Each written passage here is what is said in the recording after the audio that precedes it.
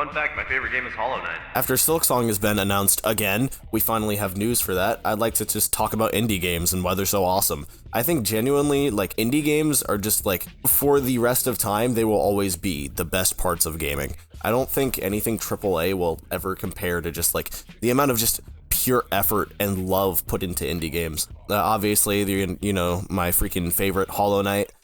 We got Celeste, we got Undertale, just a bunch of games with so much just freaking heart and soul poured into them.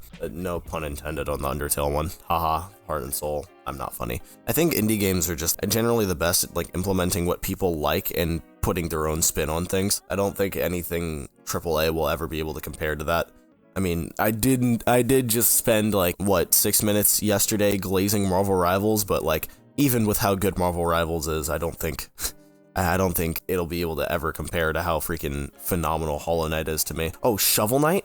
Bro, freaking Shovel Knight's really good too. It's freaking, that game is awesome. I love indie games so much. They're so much fun. And I think what's interesting is that most indie games are like platformers, right? So, you know, most indie games are very derivative of, you know, funny biggest AAA game ever, Mario.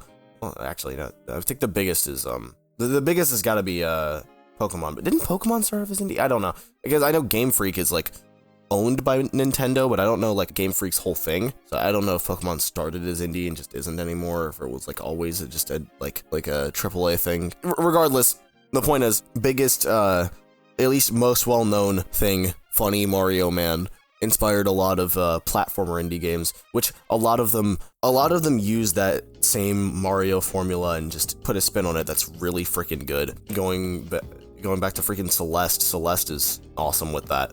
I mean, you know, it's just Celeste is everything Mario if you remove the enemies and add mechanics that make the platforming like 10 times more fun. Which, I mean, to be fair, the entire game is just parkour funny platforming. But if we look at the things that our favorite things draw inspiration from, we can get a better understanding of them, essentially. Now, I don't know if any of the creators of any indie games have gone on record saying what their inspirations are, but freaking, I know for a fact Hollow Knight wouldn't exist without Dark Souls, and me personally, I'm not a good Dark Souls player at all. My first Soulsborne Den Ring game was Elden Ring, so I don't know what the community calls the whole clusterfuck. I think it's Souls-like, but when it's Souls-like, it's not. When it's Souls-like, that refers to something that's not owned by From Software, right?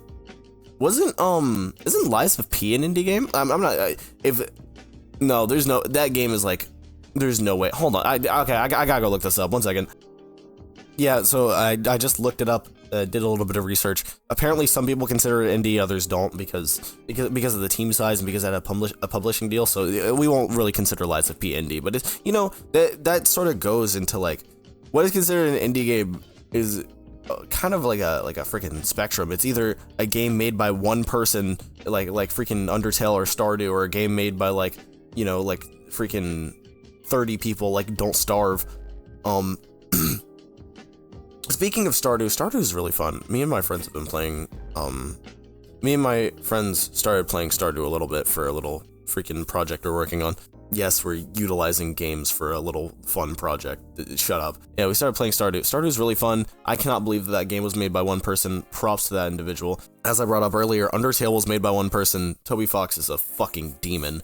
Oh my god. That Undertale is like a cultural phenomena. And once again, that game is made by one fucking person. I like that game was like literally my childhood, dude. I just like 90% of like why I'm just a cringe individual is because of Toby Fox and Toby Fox alone. Well, okay, it's Undertale was made by two people because it was like the game itself and like the programming were like all Toby Fox. But I believe Temmie Chang designed like every character. I'm not sure if it's like all of them, but I know she did like a large amount of the characters' designs. Shout out to Temmie Chang. She made a couple indie games of her own, a couple little indie RPGs. I didn't find them very fun.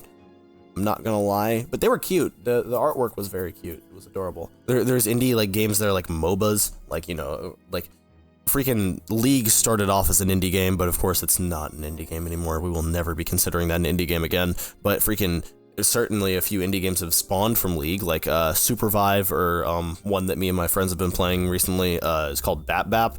Bap Bap is so cool because freaking they got YouTubers to voice act as like all the characters. So freaking Tyler One is this funny rock dude. And he spawns this freaking wall and he's like, back the fuck up. Probably the only thing that sucks about like each character being voiced by a YouTuber is the fact that like each character is voiced by a YouTuber, so it's like the ones that I know of, like I only hear them when I hear the character. So I'm like, I don't hear Rock. I hear I hear Tyler One with a good mic.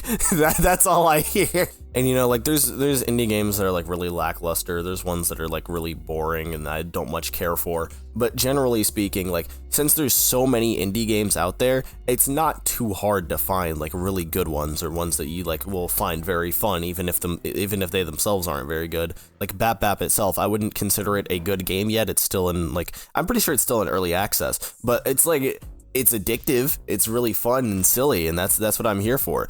That's something that like. The reason why I say that indie games will always surpass AAA games is because an indie developer 90% of the time will only be caring about creating a fun experience. And this is something I've been like trying to like drive into the back of people's heads. This is something I keep saying in my videos. The only thing that like should be really the primary thing that should be cared about in creating a game should always be fun. And unfortunately, a lot of AAA games don't have much fun. It's an unfortunate reality, but that's just how things are, I guess. That's all I really have to say on indie games for now. Be sure to check out the next one. Have a good morning, day, night, happy time zone. Catch you in the next one.